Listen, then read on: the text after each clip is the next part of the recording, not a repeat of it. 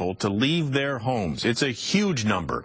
So how do evacuees cope with possibly losing a home, and how can other people help? CBS 13's Tony Lopez is getting answers. He's live at an evacuation center in Calistoga.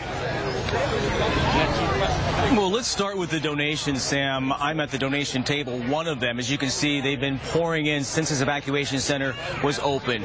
Clothing, children's toys, toiletries, and of course, food as well. Jeff, let's whip around and show people this is the dinner line. People have been trying to get used to what they hope is not, but could be their new normal for now anyway. Let's show you some video that we shot from this center. We were here all day long, and people are really getting fatigued. They've been here since Saturday evening. Again, close to 500 fire evacuees are out here. Plenty of help, plenty of support. But one thing that's talked about by these people time and time again, how fast and how hard this hit. In many cases, they had just minutes to get out of their homes, and that's adding to the tragedy. Now, how can you cope? We talked with one expert who says it's important to have a strong sense of community. When you go through a tragedy like this that's traumatic, the biggest thing is that your physical needs are going unmet. And when people's physical needs are going unmet, we see that they are in highly dissociated or traumatic states, which are bad for them long term. So the sooner we can get warm food in their hand, some water, a blanket, a comfortable bed, the better they're going to do.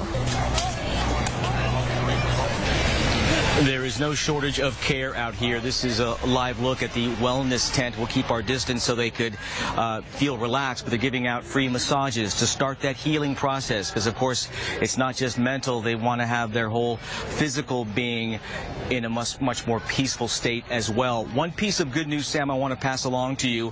Fire officials here, they cannot tell people whether their houses are still standing, but they did say starting tomorrow they may allow a small portion at a time to go into the fire zone to check on their livestock. This is a rural area in many aspects, and people rely on it to make their living, so that might happen as early as tomorrow. A little bit of hope for these poor folks. Well, you got to know, Tony, they are very anxious to see what's happened to their homes. Thanks very much. Where there are